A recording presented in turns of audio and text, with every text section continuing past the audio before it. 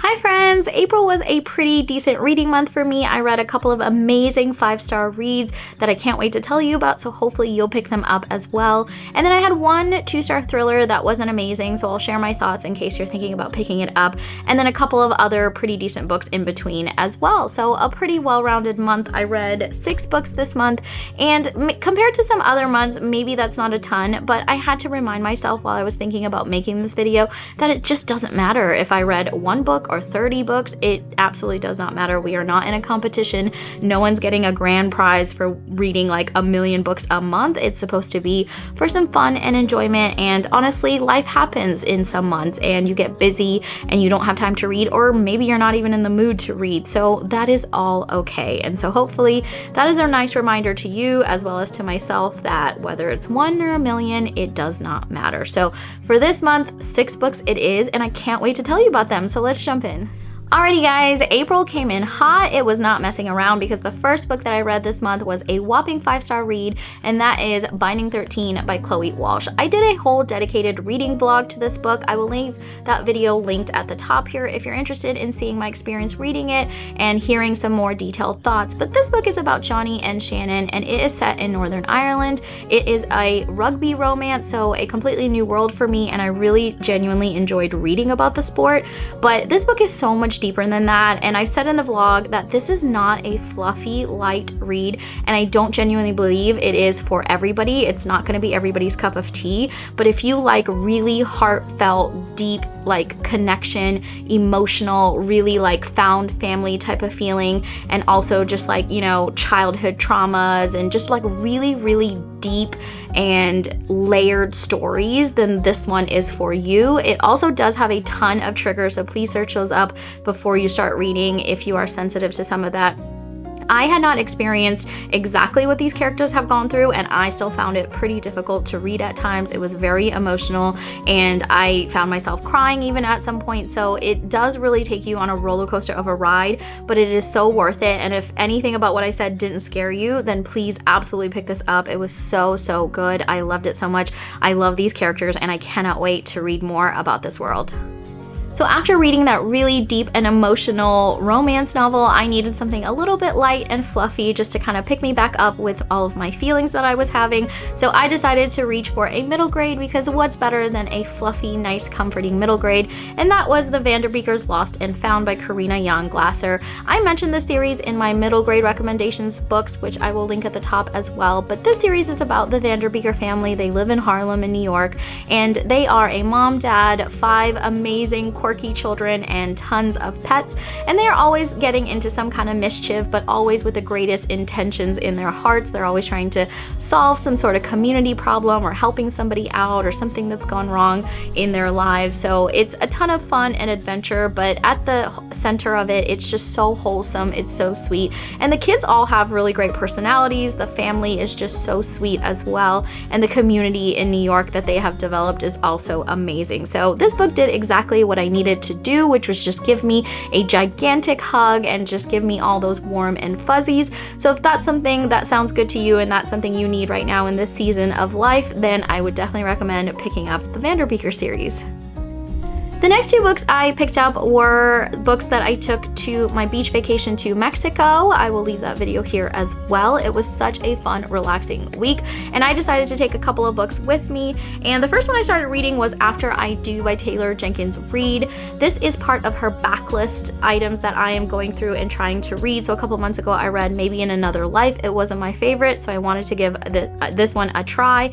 And this one is about Lauren and Ryan, and they basically have been together for a very long time since they were in college, and they've been married now for about a year, and they're starting to find that they're falling out of love and they need to do something. They don't want to completely divorce, but they want to try a trial separation to see if they can live without each other, or if in fact they do belong together, but they just need a little bit of space. So I thought it was going to be really deep and emotional like Taylor Jenkins Reid books are. Her characters are usually so dynamic and layered, but this was not that. I did not enjoy this. I am starting to realize that Taylor Jenkins Reid, all of her old stuff, I think needs to just stay in the past, and I think I just need to read her new stuff, which, you know, maybe rightfully so.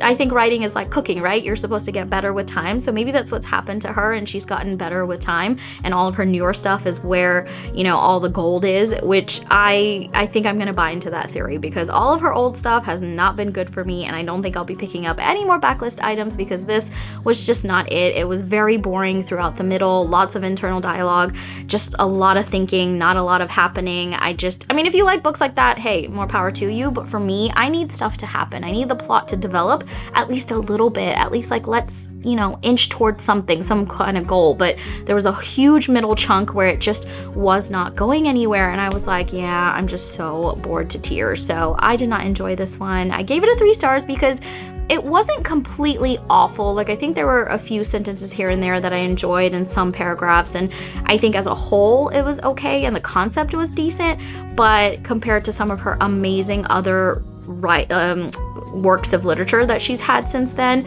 it just doesn't compare. It doesn't feel like the same author. So yep, not for me, and I wouldn't recommend it to you.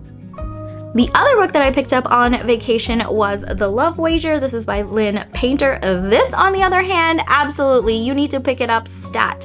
If you are in the mood for a fun, summery, light, airy rom-com, like a Reese Witherspoon movie type of feel. In fact, I feel like she's probably already signed onto some kind of Netflix deal to do a version of this for TV, because it was just that amazing and that cute, and I think all the reviews that are coming in are saying the exact same thing. This was adorable. I loved it. It flew by. The writing is so easy to read. Very typical of Lynn Painter. Her banter, incredible. Absolute chef's kiss.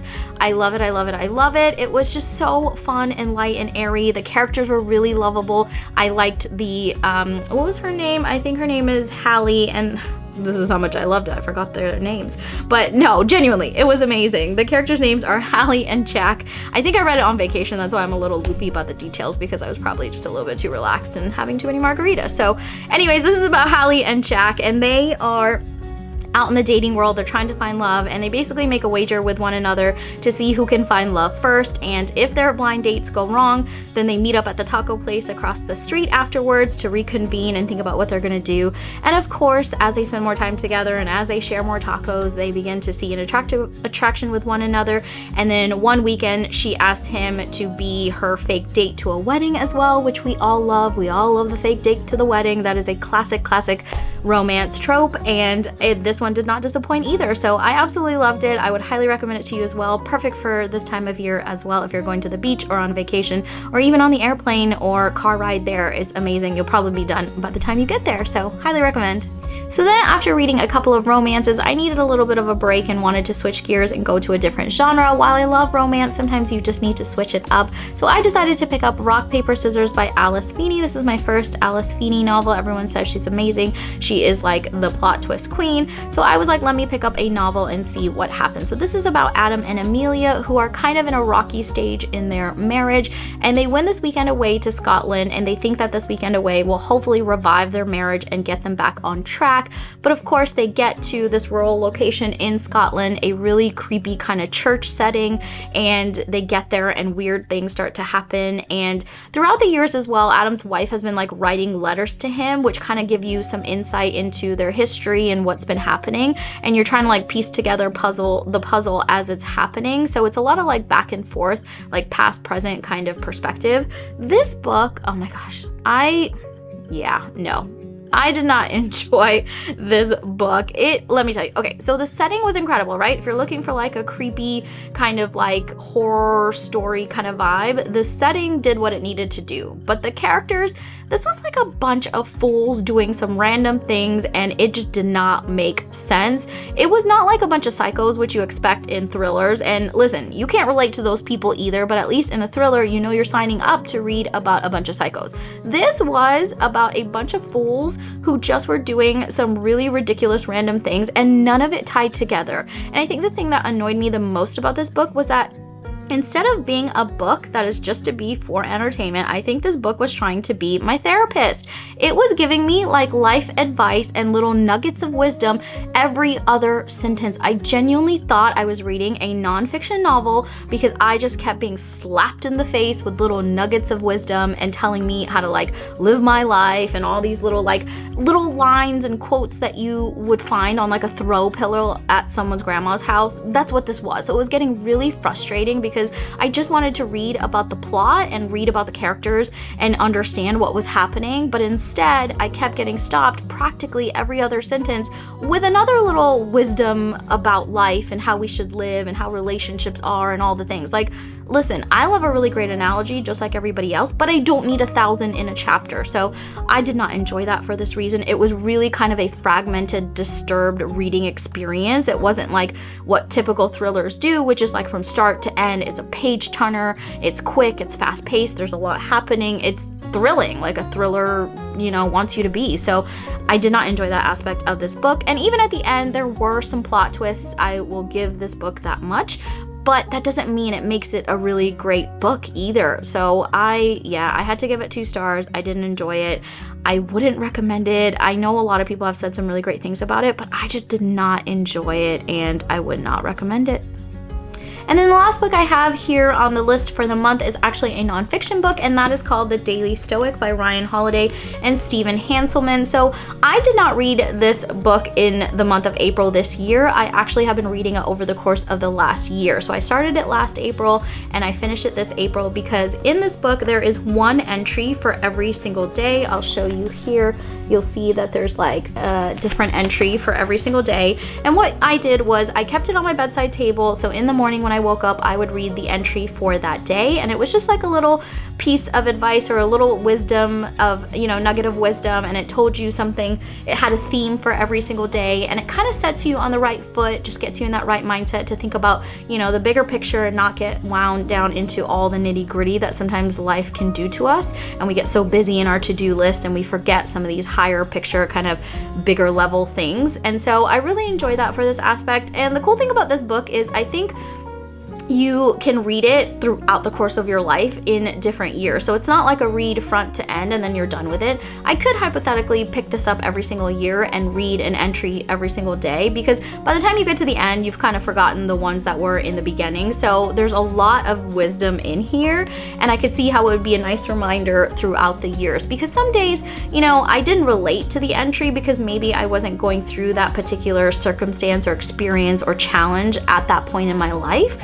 But I could see over the course of my life, some of the entries maybe make more sense on some years than other years. So this is definitely a book that I will be picking up throughout the years. Some of the quotes that stand out to me and some of the passages are the ones around like mindfulness and not getting caught up in the rat race that can happen to all of us, and the constant being busy and the hustle culture, and just reminding us to stay present and be mindful. And I also really enjoyed some of the stuff about like bigger picture thinking and thinking about the greater goal that we might all have in life, rather than being sucked into, again, all the kind of day-to-day stuff. So some really, really great pieces of advice and wisdom in here. I really enjoyed reading about Stoicism and just what it's all about. And the good thing about this book is that at the top, it will give you the Stoic saying, or kind of what the Stoics believed. And at the bottom, Ryan and Stephen will basically break down in kind of our everyday world terms of what that means in our everyday life today. So I really enjoyed that aspect of it. So if you're looking for a fun nonfiction light read that you can read slowly through the year because there's only one entry per day,